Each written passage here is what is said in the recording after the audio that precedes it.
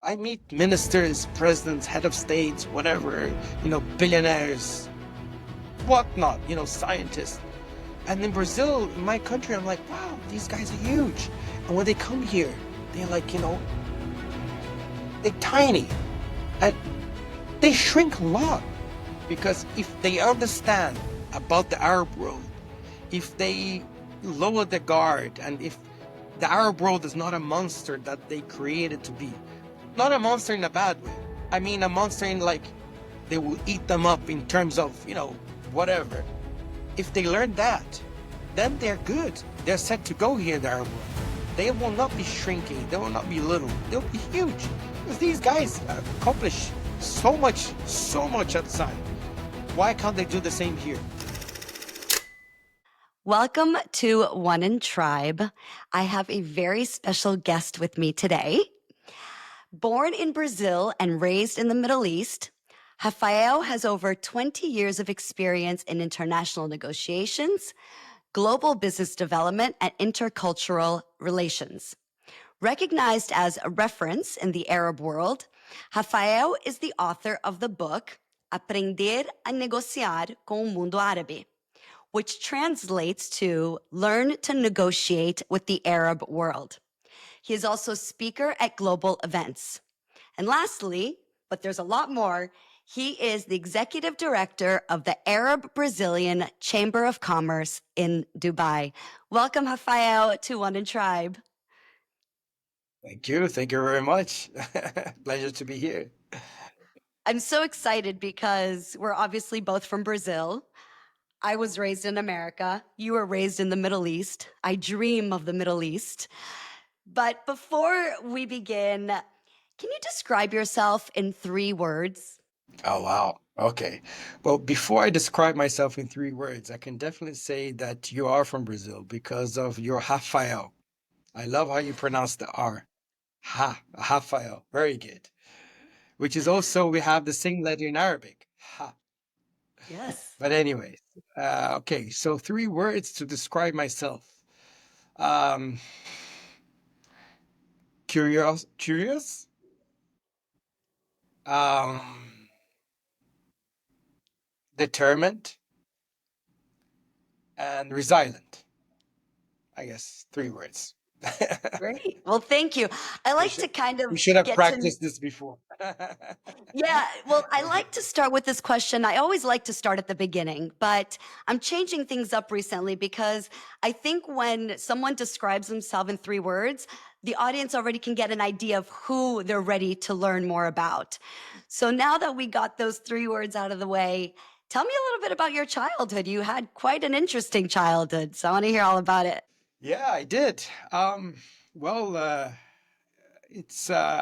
was Brazilian, raised in the Arab world, a Brazilian that grew up in the Arab world, a Brazilian that grew up in the UAE, a Brazilian that grew up in Dubai when there was no Dubai, there was no UAE. So, in other words, um, we it was very tough for me to tell my Brazilian family that. I was moving. Well, actually, my mother had a difficult time to explain to my family when I was moving here to the UAE that the UAE existed. So it was pretty interesting to tell Brazilians that a child and a divorced mother, was going to live in an Arab country. Um, so that was something we had to deal with in Brazil. But on the contrary, growing up here was fantastic. I mean, it was very nice to be one of the rare Brazilians in the UAE at the time in the 80s, early 80s. Um, it was actually, I was treated really well. I was very well welcomed. And at the time, I didn't know, but Arab people love Brazilians. And me being as a boy and Brazilian, all the other kids in school would always think that I was very good at playing football. But between you and I, no, not never. I don't even have a football team. I know nothing about football, but I've always pretended to be, to like football, to be in cool with the kids and everything. So it was really interesting, really, really nice, and I felt right in welcomed and family. So yeah. But I want to know, how did you end up in Dubai in the 80s when Dubai was nothing? Okay. Well, basically, my mother had me at an early age, and she divorced my father right a couple of months after she had me. She was a flight attendant. Yeah, and one of her flights, she met a gentleman from England, and he fell in love with her, and he asked her to if she would marry him. Of course, she said no, but she felt very interested in him. You know, green eyes, with an accent, and Brazilians are suckers for foreigners, And my mother fell in love with him, but she played hard to get. She said, "No, yeah, if I see you again ever in my life, I would say yes." And destiny, or as we say it in Arabic, maktub, which is it's written. She was on another flight, and suddenly someone tapped behind her, and she looked back, and it was him again, Mr. John. And John, again said, "Okay, so your answer is yes." And she didn't say yes to marriage, but she did start dating him. And at that time, the UAE was being discovered. The UAE was created, maybe 10, 15 years back before my stepdad moved to the UAE. We first went to live in Sharjah. But anyways, so and that time, oil wasn't discovered at that time in the 80s, but it was being developed in the 80s. And back in the days, we needed a lot of external manpower and external knowledge and external the know-how. And the British were pretty good at the oil business and all that. So that's how my stepdad came to live in the UAE. He was working for petroleum and gas, oil and gas analysis company, for testing the quality of whatever they were exporting, and yeah, and he brought me with him and my mother, and they got married. You couldn't live here at the time without getting married, so my mom did get married, and they've been living happy since, and it was very nice, very, very interesting. And it was, again, challenging because how do I say where Dubai is? At the time that wasn't even on a map, and I'm pretty sure Dubai was not even written Dubai. I'm thinking there was like a Duba double Y or something like that. It was a Dubai or something, it was still being developed. Actually, we went to live in an emirate called Sharjah. So the UAE has 7 emirates. The main emirate everyone talks about is Dubai because they do such great marketing and they are very good at it. Very, very good. But Abu Dhabi is the capital, and not a lot of people know that. And there's another emirate called Sharjah. So we went first to live in Sharjah. And at that time, Sharjah was the first emirate that had the first airport here in the UAE. Wow. I mean, I find it so fascinating because really in the 80s, Dubai was nothing. And to be Brazilian there, I imagine that you were in a school only with Emiratis? Yeah, I began in a school with Emiratis, but in 1991, there was the opening of the first international school here in the UAE. It was called Emirates International School. So in Okay. 1991, Emirates International School started. We later on, a year later, we moved to Dubai to be closer to school. So I would have to take a bus, almost an hour at the time to get to school, and 1 hour back. But yeah, it was the first international school of Dubai, of the UAE. We had other British curriculum schools. So there was the Dubai British School because there was such a large British population here. There was the English College and the American School of Dubai. So it was 4 or 5 schools, but mine was the only international one. Yeah. Yeah, because Rafael, right now, what is the percentage of Emiratis in Dubai? Do you know that number? Yeah, roughly around 10%, I would say 10%. 10, 11. Yeah. Yeah, So that's not. the Emirati population is very small compared to the international population. Would you consider, because you spent your childhood, all of your childhood in Dubai, but and then you went to college in Brazil. That's Would right. you consider yourself more Brazilian or more Arab? Oh, funny you ask that.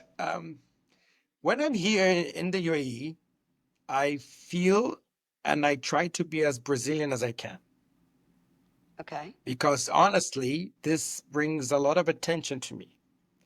And, uh, Brazilians are very, very much welcomed in the Arab world. If only Brazilians knew how much they are liked here, it's incredible. But when I'm in Brazil, again, the Brazilians see me as more Arab than Brazilian. And therefore the Brazilians, they tend to call me nicknames, which is nice nicknames, So I'm called, my name is instead of Rafael, it's called Dubai. So my nickname in Brazil is Dubai. Oh, look, there's Dubai. Oh, Dubai is coming. Oh, Dubai. That's my nickname since I would go to visit my grandmother in Brazil and so on and so on. Yeah, I can totally relate to that as well because when I'm in America, I feel very Brazilian. But when I'm in Brazil, I'm like a gringa, you know? So no Ex- matter where I am, I'm yeah, a fish out of water. But I think that's what makes exactly. me. And I love it. I wouldn't You have it got it. any other way. You got it. You got it. You got it. Yeah. But yeah, and it is special because when Arabs want to ask about Brazil, they come to me.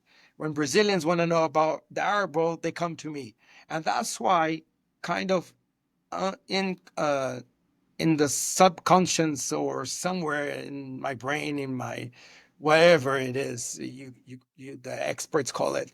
I've always built this, wanting to hold the Arab flag in Brazil and wanting to hold the Brazilian flag in the Arab world, and because I'm proud of Brazil being Brazilian in the Arab world, and I'm proud of holding the Arab flag in Brazil and showing, look guys, this is the Arab world, come to the Arab world, Habibi, come to Dubai, Habibi, come to the Arab world.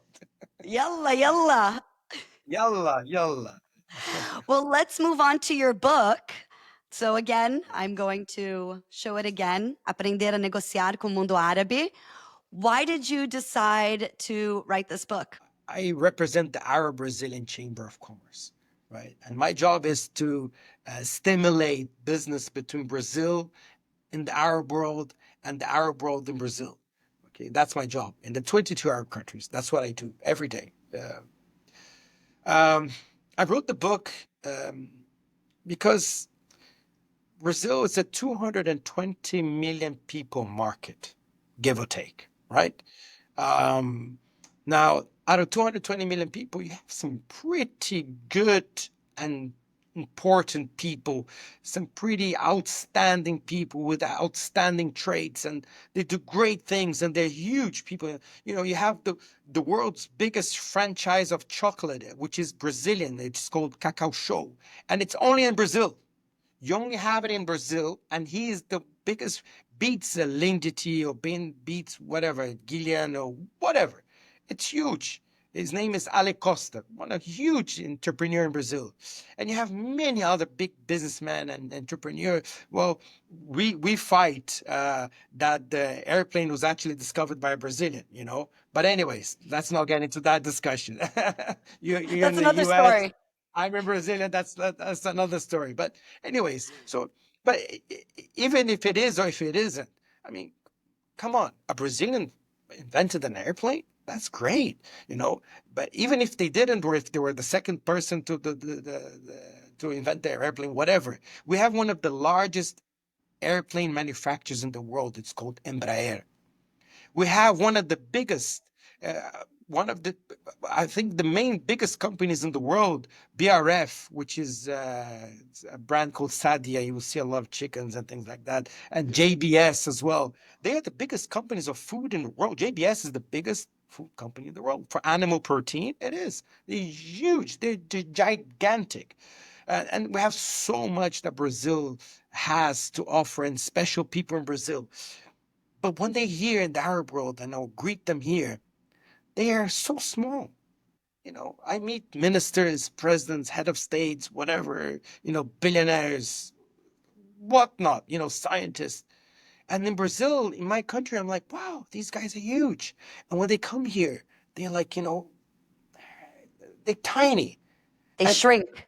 they shrink a lot. And and that's why I created the book, because I want them to. I also got a copy. Double. Yeah. But I won't get two. Listen, uh, I want them to read this very easy book, because if they understand about the Arab world, if they lower the guard, and if the Arab world is not a monster that they created to be, not a monster in a bad way. I mean, a monster in like they will eat them up in terms of, whatever. If they learn that, then they're good. They're set to go here in the Arab world. They will not be shrinking. They will not be little. They'll be huge, because these guys accomplish so much outside. Why can't they do the same here? And that's why I created the book. I created the book so I can help these people, big or small, wherever they are. If you have an idea, if you want to do something, come to the Arab world. So I want to promote the Arab world as much as possible, like yourself, which that's why I think we have so much synergy in common. And at the same time, I want to teach them about the Arab world, teach them about business, teach them about how business is done. Business is done in a different pace here. While in Brazil, perhaps a negotiation can take 2, 3 days, here can take 2, 3 months or 2, 3 years. You know, but it's good. It's good to do business here.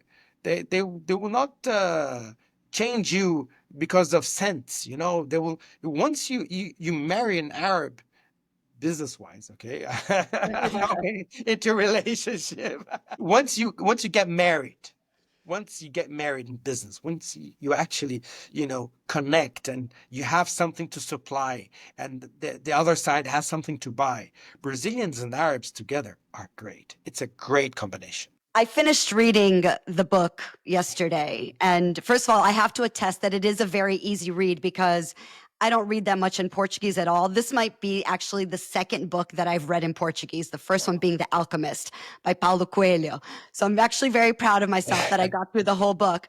But you mentioned how, in order to do business with an Arab, it could take time. And I know why, because I read the book. But can you talk a little bit about why that is? Yes, I can tell you why that is. It takes time to do business with Arabs because Arabs, they are not straightforward. Arabs are not looking into the numbers. Arabs, for an Arab, it's more important who they're dealing with rather than what they're dealing, or how much they're dealing, what they're dealing for, right? So people think in the world, Arabs, you have to bargain. Arabs, you have to do this. Yeah, maybe in the souk, in the market, whatever, but not in ordinary life, not in business, not not in a transaction, not in an investment, not in a joint venture, whatever. No, no, no, no. An Arab doesn't want to know how much is the product of the price of your product, or what is your product first. First, he wants to know, who are you? You know, are you somebody they can trust? Is your company a company that they can trust? You know, and then once they understand that, once they gain the confidence, they gain the trust over you, and then they are interested. Okay, now I know who you are. Now I know who's Julie. Okay, so all right, what product you have? What do you have to offer? What is the investment here? What's on the table? And then, of course, how much it is. Can we bargain? And then again, bargaining, yes, of course, here, there. But the most importantly, it takes time because they want to know who they're dealing with. And like I just said now, if an Arab, if a Brazilian goes to China or Europe, any European country, they will go to a trade show. They will, I don't know, deal this pen. This pen, how much does it cost? It costs $1. Okay, so I'm going to export a container full of pens to you for $1. Done. That's it. They shake hands on the trade. For an Arab, that doesn't work, because if today you're closing the pen at $1 and this pen comes Uh, this month, $1. Next month, $1. You know, if you don't gain the trust, the first shipment could come a pen like this. The second shipment, the pen could come without the lid. You know, the third shipment, instead of red, it will come green. So at the end of the day, the Arab world, which have been trading for many years, you know, even before we knew what the word was trade, Arabs already traded. They're not dumb, you know. The Arabs, they invented trade. You know, the Arabs were the ones that did the trade. They invented trade, so they know what's the cost of trade, and trust is everything. Because today you might shake hands on a purchase of 100 containers, one per month for whatever many years, um, for $1 pen. But then somewhere in that between of the trade, and somewhere, you know, the pen loses quality. The Arab person, the Arab entrepreneur that's buying the pen for his supermarket, he's going to lose, because his client that's going to go to the supermarket or the paper shop to buy the pen that he's buying from Brazil, you know, if the pen is coming a different color or losing the quality, what is he going to say to his clients? And honor and being right in the Arab world is extremely important. So it comes at a very high cost for you to do quick business because of price, and then lose in the long run the trust. That's why I think it takes time to do business with Arabs. Yeah, absolutely. I think saving face and honor, like you said, is such a huge part of the Arab culture. And you know, in Brazil, we have 12 million Arabs, Lebanese, and Syrian, That's but right. still, and I feel like we talked about this, I think, in our initial call, that Brazilians have this whole idea of what Arabs and what Arabs are not. So, what are some of the stereotypes that Brazilians may have of Arabs and the Arab world that are completely not true that you can think of? Ah, that's easy. There's so many. You have time? Yes, we've got time. No, I think that I'm talking only about Brazil, okay? I Okay. think Brazilians are kind of bipolar. Is it bipolar? Or schizophrenic when you talk about the Arab world. Because, you know, at the same time that media and all over the world, right? They put in Aladdin, you know, the bad guys, all the Arabs, you know, with the knives, whatever, you know, and they paint the Arabs as uh, these brute. Is it called brute? Is it Yep. these macho figure, whatever? I'm gonna trade this camel for you women. And a lot of women now, they're scared to come to Dubai, because they think there are people with, like, I don't know, little shops in the street, and got Arabs just going around saying, oh, you're beautiful, can I give you 4 camels in turn of you know uh, it is something that is, so they, at the same time that media puts Mhm. this in, not only Brazilian, come on, between you and I, the The whole world, West. they paint an image of the Arab, especially the man, that it's actually the women, even, being submissive and all that. But come on, it's not like that. It's on the contrary.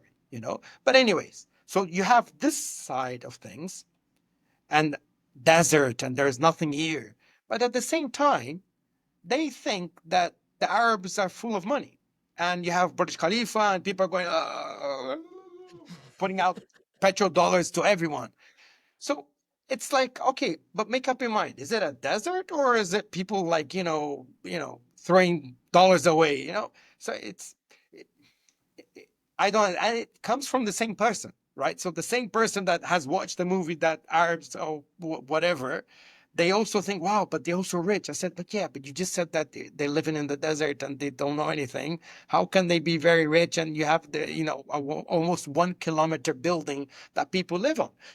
How can you have, the biggest indoor park in the world? So theme park in the world, whatever. And I'm not only talking about the UAE, talking about the Arab world in general. It's an incredible place, right? You have Qatar, you have Bahrain, you have whatever. You name me one Arab country, I will tell you something incredible that they have done in the past and now. So, the years ahead of us. So that's the thing that I feel most. The Brazilians tend to think that Arabs are macho and brute, and Bedouins, but at the same time that they are riding Lamborghinis, throwing dollars away. So, yeah. Okay, so now I understand why you called Brazilians bipolar or schizophrenic, because at first it didn't make sense to me. But yeah, I completely agree. And it's such, it's such an old Arabs. They go back thousands and thousands of years, like you said. Like they used to trade the spices, and people don't know that. And unfortunately, there's still this stigma and there's still this idea in the Western world, and I can't believe it's 2025, where people still think that the Middle East is just desert, camels, oil, and terrorists. And so this is why I've created this podcast, to kind of wake people up and show the West that that couldn't be farther from the truth. And, you surprised me a little with Brazilians thinking like that, even though it is the West. But I thought that Brazilians would be a little bit more knowledgeable, but I don't think they are. Okay, I think that the biggest crook here, or the biggest fault, or who is to blame, is media. Correct. Media does a terrible job. It almost brainwashes you, perhaps not on purpose, right? But to Mhm. make Aladdin looking really nice, you need the bad guy. You always need a bad guy, right? And I'm not talking about Brazilian media. I mean, this is fed from other countries into Brazil, right? So I'm not talking about Brazilian. I'm just saying that there is this, wash in the world, but also in Brazil. But at the same time, it's not that Brazilians don't know. They do know about the Arab world because, like I said, there's almost 13 million Arabs, at 12 point something, 8 million Arabs in Brazil living, especially from the Levant region. So Palestine, uh, Lebanon. Syria, the Levant, the Lebanon, a lot of Lebanese. But the thing is, so they have Arabic food. Mm. No, one of the biggest fast food, Arab fast food chain in the world is in Brazil. It's called Habib's, Hmm. right? So, and they eat Arab foods. They have Arab in our vocabulary. We see Arab things every day. We everything. Arab is part of our daily life. So Brazilians do know.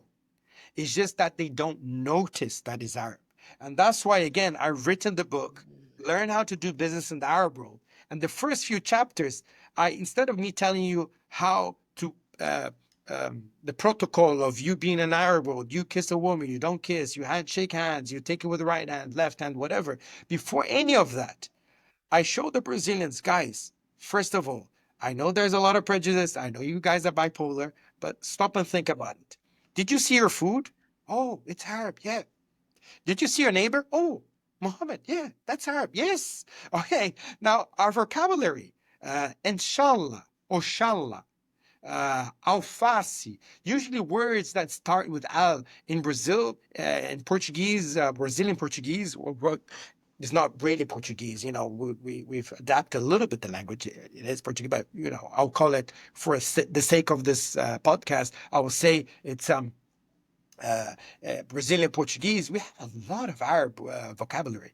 Succar, Sucre, yes, rose, aceiton, all of it. Yeah, azeitona, limon, yeah, yeah, yeah, yeah. maquiagem. Even for example, alazão is a horse from the north of Brazil. Usually, the northern part of Brazil, they call it alazão, which is a nice big horse.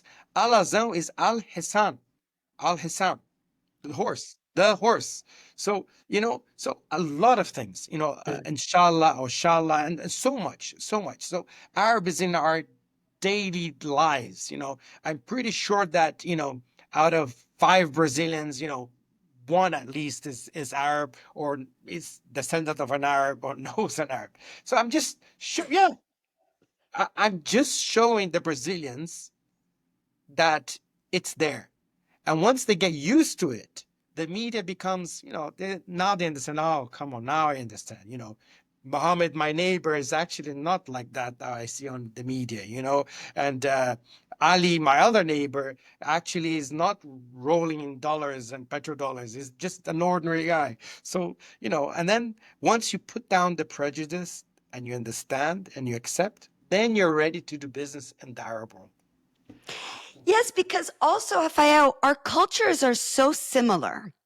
This culture of family and, you know, personal relationships and respect.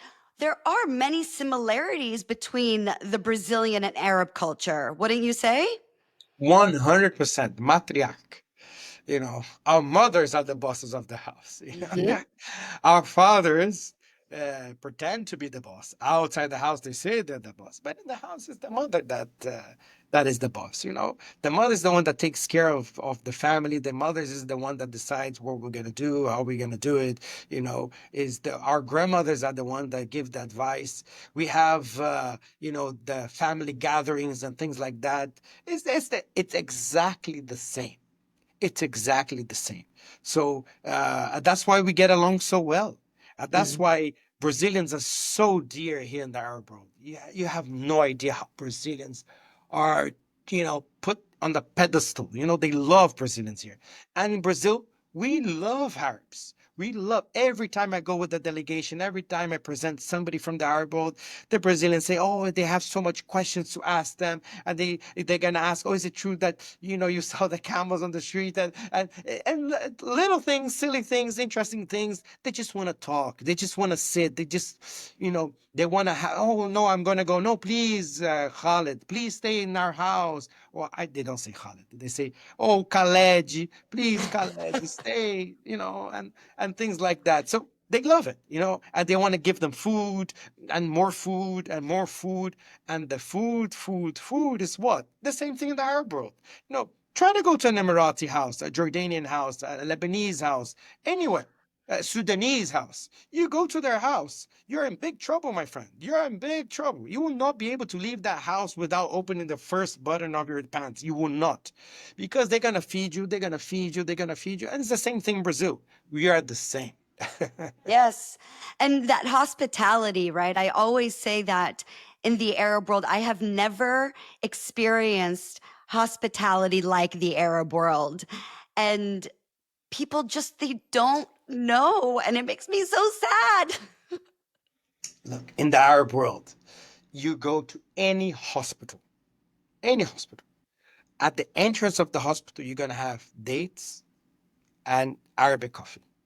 Any hotel, especially in Dubai, you go to any hotel, 5 star or 1 star. I don't know if there are there 1 star hotels. I don't know. But anyways, anywhere you go, you will be greeted by dates and coffee wherever. It's part of the culture to welcome the visitor the best way they can. They'll do bahor on you, or they will offer you Mm. dates or coffee, whatever. You are always welcome in any Arab place, anywhere in the world. I love it. Rafael, how's your Arabic, by the way? Do you speak fluently? No, not fluently. I speak Arabic, yes, Okay. not fluently. Actually, I'm an analphabet. How do you say it? Illiterate? Illiterate. Is that how you say it? No, I can't illiterate write. is you don't know how to read and write. Oh, in Arabic. Yes, exactly. Okay. Yeah. Okay. So I'm actually illiterate in Arabic. Illiterate in Yeah. So I Arabic. know, yeah. So I know the letters, aleph, ba, ta, Ta, da. tha, I jim, can speak kaf. Arabic, of course, on the streets and, to begin business and everything, yes. But no. And you know why I'm not fluent in Arabic? I can speak, Yes, but I'm why? not fluent because 10% of the population in the UAE is Emirati. So all the 90% of the people here, they don't speak Arabic. And Yeah. because I grew up here, it's very difficult for you actually even to find somebody speaking in Arabic. Of course, there are a lot of Arabs in the Arab world, in the UAE. I have plenty of Egyptians, Tunisians, Moroccans, whatever, Djiboutians, whatever, Yemeni, what you have many Arab speaking people here in the UAE, but I'm not sure it's the largest population in the UAE is of Egyptians, is of Indians, for example. Mhm. So it's a cosmopolitan world, and you know very well, being Brazilian in the U.S. and whatever, that if you don't practice the language, you cannot keep it up for a long time. So I speak today because I learned it in school, of course, every single day in school during all my years. But I practice when I go to other countries, on business trips, on missions, or whatever. So there are countries that they speak less English, not as much. For example, Saudi Arabia, they speak a lot of English. Everywhere you go, most places speak English. But still, the taxi drivers in Saudi, they still speak basically Arabic, and in Egypt as well, Um, so there are countries where the Arabic is and that's why it's an Arab country, Right. the, for an Arab country to be Arab, the official language has to be Arab. So there are 22 countries that you speak Arabic, and that's why. Right. Anyways, Well, speaking of language, let's talk about two of Arabs' favorite words, inshallah inshallah. and halas. Halas. Very good. Good. Good. So, like you said earlier, Arabs tend to not be direct. So instead of saying no, they say, Inshallah.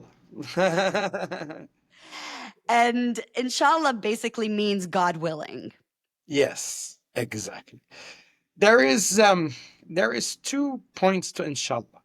Uh, there is first of all, the Arabs believe, and not only Arabs, basically the huge Muslim community that you exist in the world, like Malaysia, Indonesia, and so many other countries, that and even non-Muslims would believe as well and agree with that the future uh, to God belongs. In other words, you can do your best today, but if God doesn't want, you never know tomorrow, right? So tomorrow we could have a COVID, or tomorrow, the world, yeah. So like the world will close due to COVID, or tomorrow it will start a war. Tomorrow, I don't know, a hurricane will come out, something will happen. So they tend to always remember and remind themselves that yes, to God belongs. So are you coming to my house tomorrow? Yes. To God, this belongs, of course. Yeah. So this is very common. This is why they say inshallah a lot. But at the same time, it's not really polite to say no here. No is a very strong word. So I never say no here in the Arab world. Actually, not even in Brazil. We have a little bit of difficulties in Europe. Yes, they know that no. You do get that dry no. But here, no. I call it assalamu alaikum. The salam alaikum, this it's not nice. We'll do inshallah. Yeah. So can you help me out? Yeah, inshallah. If everything goes well, yes, of course. And yeah, in Brazil, it's se Deus quiser, God Se willing, Deus which is quiser. the same Yeah. thing. See. Yeah, yeah. And then halas, and I forgot another one also, yalla. Yalla is huge, but let's start with Yeah, halas. Yeah, so halas is like enough, that's it, right? But let's skip halas because that's kind of negative. But let's do yalla. Everything is yalla, Yeah. right? Arabs tend to have a the time frame, the timeline in an Arab's head is different than the European timeline or a Westerner's timeline. You know, they want everything for tomorrow. So they always yalla yalla yalla, let's do it, let's do it, let's do it, they're always wanting to speed up things. Which is it's funny because it's kind of ironic because at the same time they're the most laid back people I know, right? So if you go for a meeting with an Arab, usually I book 1 or 2 meetings maximum in one day when I go to another country, because I know that the first morning meeting could end up in why don't we have lunch, and then lunch, why don't we have coffee, and then that may take the whole day. So they're very laid back. But at the same time, they want everything, for tomorrow. So yalla, yalla, yalla, yalla. Yes. Let's go. So it's very important, those 3 words, inshallah, yalla, khalas, and you're good. Yes, yes, yes, yes, yes. Rafael, let's talk a little bit about you talk about it in your book a lot, and it's a concept that many people may not know of. Maybe they've heard of it, but this halal versus haram. Perfect. Yes. So, can you explain a little bit what they each mean? Perfect. Haram is a sin, and halal, it's good. It's good for you. It's acceptable. Um, and halal and haram is two very important things in the Arab world. Halal is something very important in the Arab world and any Muslim majority country. Halal means it's acceptable, it's allowed. And you have to have me working with international export and trade and so on and so on. I know for a fact that most products that leave, for example, Brazil to the Arab world, they have to have a seal of halal, which means an acceptable seal, a seal that this food that you're consuming is acceptable for people to have. You know, it's so I'll give an example. Pork. Pork is haram. It's not allowed. Okay. Chicken. Chicken is halal. As long as you do the slaughtering the correct way, that's halal. There are certain foods that you have a red dye. That's haram. That's not allowed because you get that red dye from insects and different things. And then, but depending on the cheese, that's halal. So halal and haram walk side by side. And halal is just the way that you prepare the food or what you have in the ingredients or how it's being prepared and so on and so on. Now, in my opinion, halal is more than just being good and bad. Halal is a way of life. It's like a trend. So I'm not Muslim myself. Nevertheless, I only buy halal products in the supermarket. Well, I don't only buy, but I tend to look at the label, for example, this water, and then no, not the water, but products, and I say, oh, it's halal. Oh, that's good. That's a good thing. I will have halal. So it's a way of life, like we look for organic and non-organic, so same thing. I usually look for the organic seal or the halal seal to at least know that what I'm giving myself or what I'm giving my children or giving my friends, it's something that is acceptable. Now, halal doesn't only go for food. Do apologize, Okay, please. really quick. So there is food that is not halal in the Middle East? Oh, yeah, yeah, yeah, yeah, yeah, yeah. Okay, okay, So, okay. for example, there is a huge population of British expats here, right? And they all love their bangers and mash, which is their pork sausage and mashed Okay. potato, whatever. Or the Italians that love their salami, Prosciutto. yeah, whatever, right? Mm, So you have specific places here in the supermarkets where it says not for Muslims, and okay. inside you have pork products. So alcohol is haram. It's not you're not allowed to consume alcohol. You do silly things with alcohol. It messes up, but your decisions. So that's definitely not good. So that's haram, not halal. However, because the UAE, for example, and this is not for all Arab countries, okay? So, for example, Saudi Arabia, uh, alcohol is not allowed, right? In the UAE, it is, with places that you have some special license, and you're allowed to trade with alcohol, like a bar or whatever, in designated areas, especially mm, hotels and free zones and things like that. So these places, that's alcohol, that's haram, that's bad, but they still allow it. Okay, but yeah, so that's why we look for the seal of halal, got which it. means it's okay. Now, Okay. I was going to say that halal is, but it's not only for food, right? Okay. So the halal is a huge market, and it involves so much things. It's $1 trillion market, because it involves halal in cosmetics. So Okay. you have cosmetics halal. You have halal in fashion. So halal Mm, in fashion is, for example, burkini or modest clothing, abayas. That's all halal market. That's fashion, halal in fashion. You have halal in cosmetics. You have halal in tourism. So, for example, a hotel that would have the seal of halal outside the Arab world is a hotel, for example, in Brazil that you would have the direction to Mecca and Medina. Where is that at? So that the Qibla, what they will pray to. You would have the sacred holy Al Quran inside the hotel room.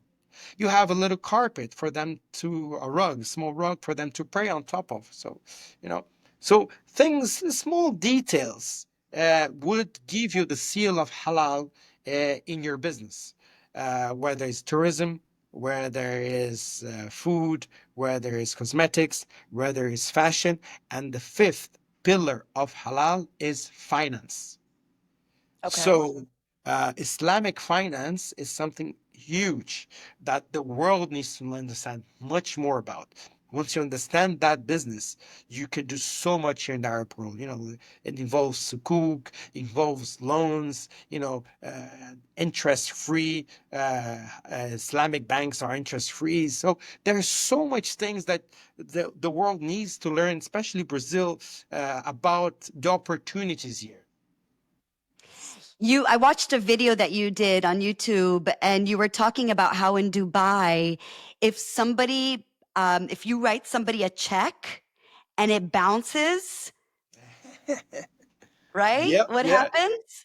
Yeah, so that's actually Islamic finance, right? That's something. So in Dubai, Brazilians can't understand. It's like how you write checks to rent a house, and I say yeah. It's like, oh my God, that's so old fashioned. Oh, you write a check to pay for your contractor to build whatever, or you write two checks for your school annual fee. Yeah, we still use the check system here because check for them is like a contract. Mm, Okay. You're signing that you're giving your word that you will pay back. okay. And in the Arab world, in Islam, if you don't pay somebody for something that you bought, technically you're stealing from them, right? Mhm. So you bought a phone and you haven't, you give a check, the check bounces. You took a product and you're not paying. So, but for the other parts of the world or, Brazil, whatever, they tend to think that's not stealing. That's like, oh, the guy has not paid. Oh, let's go to court, whatever. But here, no. If you didn't pay, technically you're stealing. So if you're stealing, if the check bounces back once, you have to go and pay a fine, and for the bank, and for the person, if they want to for the work that they will have to go to the bank, take the check back, Mm. do this, if they want. Usually that doesn't happen, but if it happens again, twice, and this person went two times to the bank, put it there, the bank, all that process, and you have no money in that check that you wrote, you signed that you would pay, and if you're not paying, then it's jail time for you. Now it's been a little bit loosened. The law is a little bit easier. Of course, you can pay finance to get out of jail. I don't know how you call it, finance A or fine? no? Like, Yeah, oh, like, pay bail. yeah, bail. Yes. Yeah, yeah. You can pay bail, and Mm. technically the bail is like the fee that of the money that you didn't pay. Okay. Anyway, it's a complicated scenario, but Yeah. now, yes, at least you go to the police station, But still, if you don't pay that person, you're gonna go to jail. I mean, they take this very seriously, and it's a good thing. You know, Mm-hmm. people should understand that, the system here works. There is no, oh, yeah, tomorrow, whatever. No, no, no, no, no. There is inshallah for many things, but not, for things that is wrong. If it's wrong, it's wrong, Yeah. and that's it. Yeah. So, what are some tips that you would give Brazilians who want to invest in the Arab world? Oh, tips for Brazilians. Don't Okay. give all your secrets away from the book, but just like a couple that you can throw in there. Okay. Invest, what do you mean by investing? Are you talking about investment as in putting your money here and getting it back, or FDI, foreign direct investment, where you would open a business here, where you would invest your time here, where you would set up something here in the Arab world? What? I mean, just in general, doing business with the Arab world. I don't want to get too specific. Okay. Yeah, just a couple of simple tips. Okay. Okay. If you want, first of all, I think for the Brazilians, they should understand that the Arab world is a very arid region. Okay, they're extremely arid here. Of course, you have huge chicken slaughterhouses and huge farms in Saudi Arabia. You have great things in Sudan. You know, Dubai, you have the vertical farms, and Sharjah, they even growing wheat down in Sharjah. And you have whatever, Jordan, you have this, and in Lebanon, you have the great vineyards, whatever. But still, this region is extremely arid. And Brazil, their technology and the agro-tech is fantastic. We are the biggest exporters of agro commodities in the world. So Mm, anything that you invest your time, your money, your business, setting up something here or doing something like whatever, if it involves food, if it involves, this is the magical word, food security. If it involves food security, that's it. It's a good investment. It's a good investment of your money, of your time, of your staff, of ideas, whatever. Food, anything food from Brazil here works. Sugar, coffee, coffee shop, blends, exporting, importing, soya, whatever. Food does really well here and it's great investment. Other things that you should do now when talking about investment itself, like what is a good deal? If it's in the Gulf country, especially in the UAE where I am right now, real estate is perfect. You know, mm. taxation is almost zero, actually zero in terms of uh, buying and selling properties.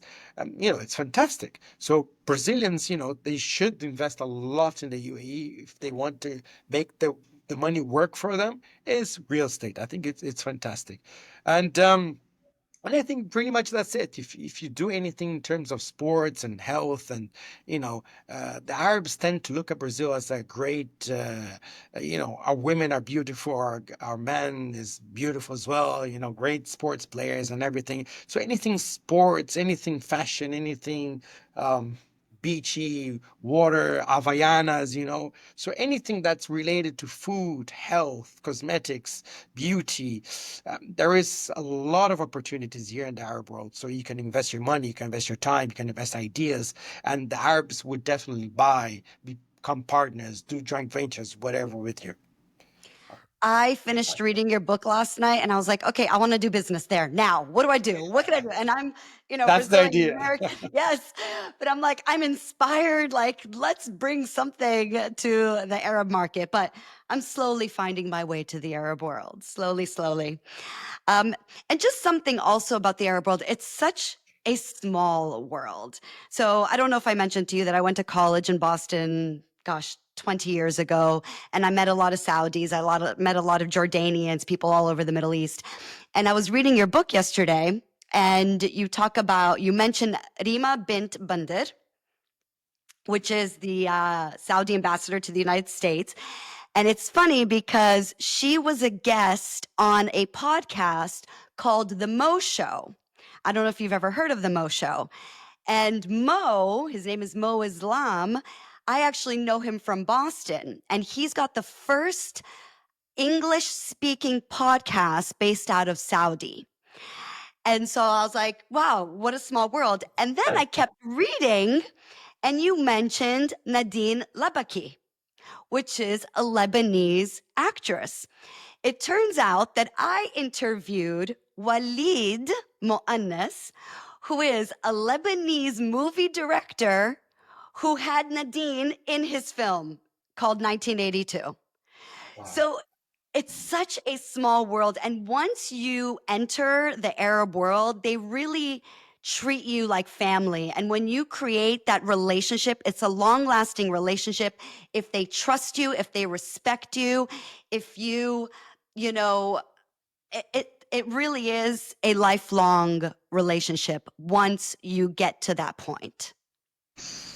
You're absolutely right. I think you've summarized the Arab world very well. And if I could add to that, I would say that the Arab world is almost addictive. You know, the more you study, the more you do, the more you work the Arabs, the more you're with them, the more you're part of this. It makes you feel so good. I mean, you feel so special here. There's something in the air, something about the Arab world that is addictive. It's extremely good if you feel good to do a podcast, to do a book, and none of these. I mean, of course, I don't make money with books. This is not my.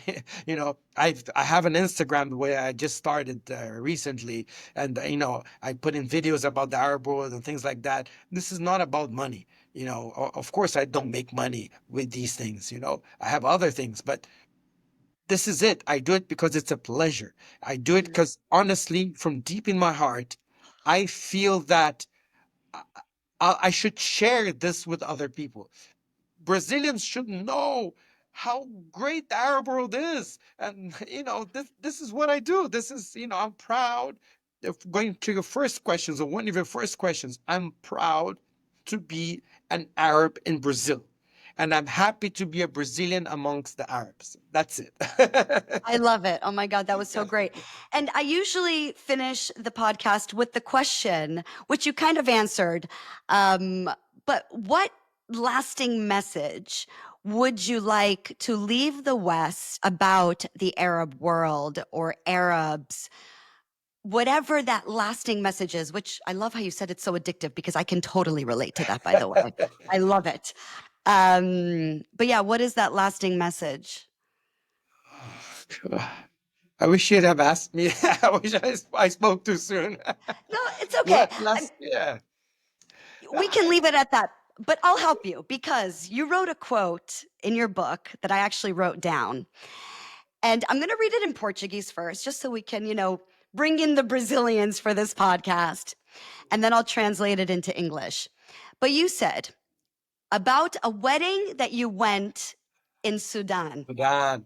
which was Nice. your first time in Sudan. You did read my book. Look at I you. read the whole thing. Yes. I'm telling you. I'm I don't so happy. lie. I do not lie. And you Yes. wrote, percebi ali que somos muito mais semelhantes do que diferentes e que, no final das contas, todas as culturas se inuem, tá certo? Yeah, yeah. Quando compartilhamos sinceramente a nossa humanidade. Which, why don't you translate that for us? And then that can be your lasting message. Okay. Actually, I've written the book, and every time I skim and scan through the book, you're always critical about your work. You always want to read and reread, and um, every time I get to this point, I get very sensitive, and I can't believe you mentioned Sudan, and Sudan is, I think this is the most sentimental chapter for me, you know, because it's fine for me to talk about greatness or whatever living here in the UAE, but everything's so prosperous. But the Arab world, each country is very different from one another, right? And the chapter when I talk about Sudan and this little, just giving a little bit of context to the people that hasn't read the book, but I talk about the prejudice I went to Sudan with. I mean, come on. Why went to Sudan? Oh no, it doesn't make sense. And I think out of all the Arab countries, the most incredible people I've ever met in the Arab world are Sudanese. Wow. They're such great people. And I'm on this part of the book specifically where you just recited the final phrase there. Uh, Actually, I went to Sudan and extremely scared and not wanting to go there. Wanting to do Sudan, and the Sudanese are so great and they're so similar to Brazilians. They even dance like the Brazilians, and they have that. I was so wrong about. I've never been so wrong in my life, and I admit I wrote it down. I've been very wrong about Sudan, and why I was wrong because that part of the book I just wrote when I mentioned that I was invited to a Sudanese wedding. Now, I wasn't invited to a Sudanese wedding by a friend of mine, by a family member, because God, in the West, your best friend doesn't invite you to your family.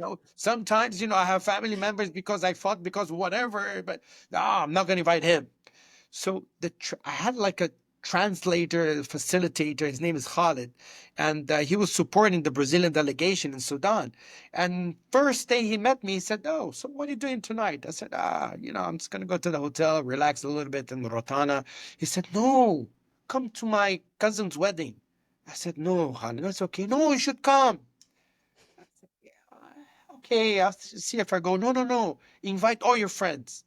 So we were a bus of Brazilians. He accepted the bus of Brazilians to go in his wedding. That's ludicrous. In the Western world, come on. Uh, Never. you have to remove people from the wedding list because it's too much, can't pay.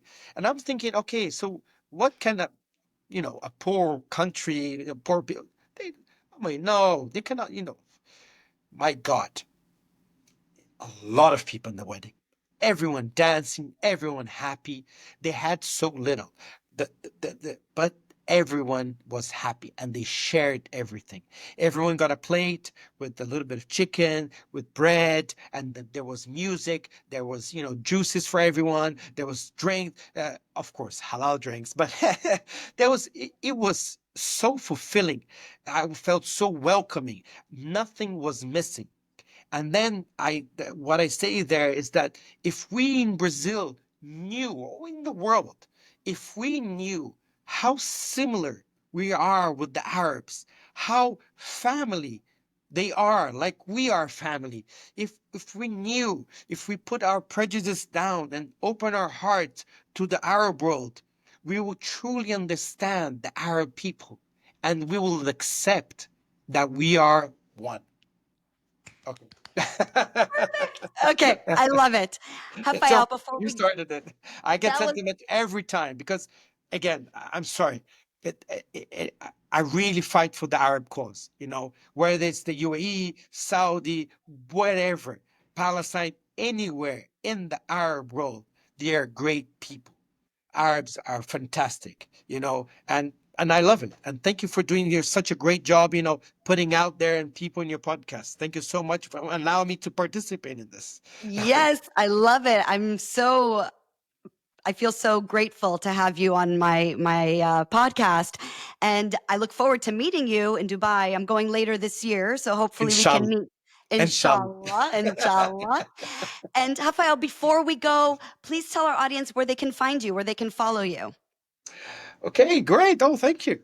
So I have an Instagram page. It's Rafael, Rafael, Solimeo, Solimeo. Rafael Solimeo. I'm sure you're going to put it somewhere there in the podcast if we can. Find me on Instagram. I just started it, something, small little project of mine where every time I put a little bit of reels about the Arab world, curiosities, how to drink coffee, how to do this, how to do that. And then, of course, if you're a Portuguese speaking person, you will find my books on Amazon. So Amazon UAE, Amazon UK. There you go. Maybe Amazon US, I think. I had to ask your assistant for a link because I couldn't find it directly on Amazon when I Oh, searched for it. okay. Yeah. Is there any way we can put a link here or no? I'll put the link. Yeah, because I have it now. Thank you so I much. got you, Rafael. I got Let's you. push the Arab world to the world. That's what we Tamo want to do. junto. Tamo junto. Awesome, Rafael. Thank you so much. It's been an awesome Pleasure. Pleasure so conversation. I'm much. sorry we went over the Pleasure. hour by 4 minutes, but I think it was worth it. I hope you enjoyed it. And I hope to meet you sometime very soon in the near future. Inshallah. I like it. Inshallah. Thanks for Thank you watching, so much. everybody. And please don't forget to subscribe to the channel. Thank you. See you next time. Bye.